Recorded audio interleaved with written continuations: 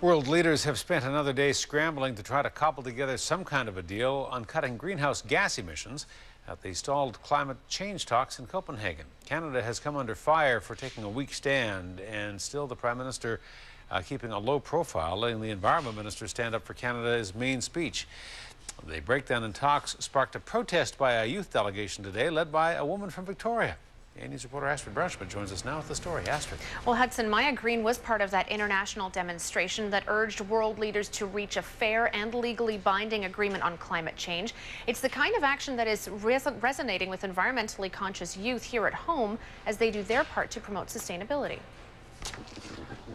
Planting a tree may appear to be a simple task, but at the root of this exercise is a powerful environmental message. We're here really for the Claremont students to show solidarity with the youth in Copenhagen and do something symbolic for the environment.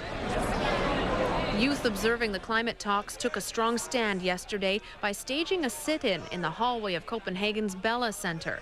Victoria's Maia Green, who is a Canadian youth delegate, joined the protest independently. We wanted to not leave until we were sure that a fair, ambitious and binding deal had been met, a legally binding treaty.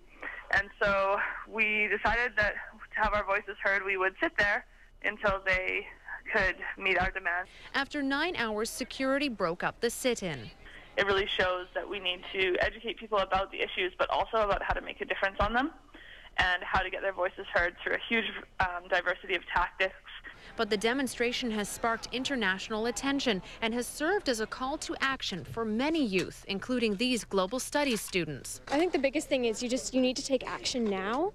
And that's why we didn't wait till spring until it's nice and warm to plant these. We're out here in the freezing cold, but we care about our planet and we don't wait for the adults. I really wanted to get involved with all this because all the parents aren't doing much right now, Copenhagen and stuff, and I wanted to get out there and do something.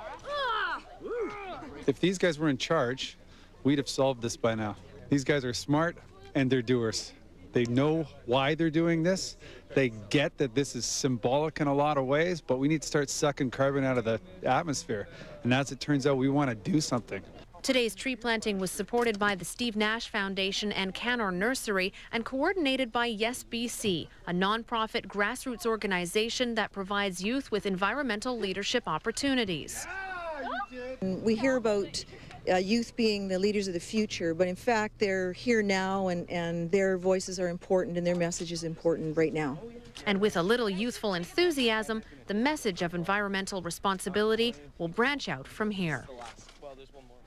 Now at Claremont Secondary School, 3 trees were planted today. Students say it is a small step, Hudson, but it is an important one in the right direction, and they're ready to spread the word about environmental sustainability and change. All right, Astrid Brunschmidt reporting. Astrid, thank you. You're welcome.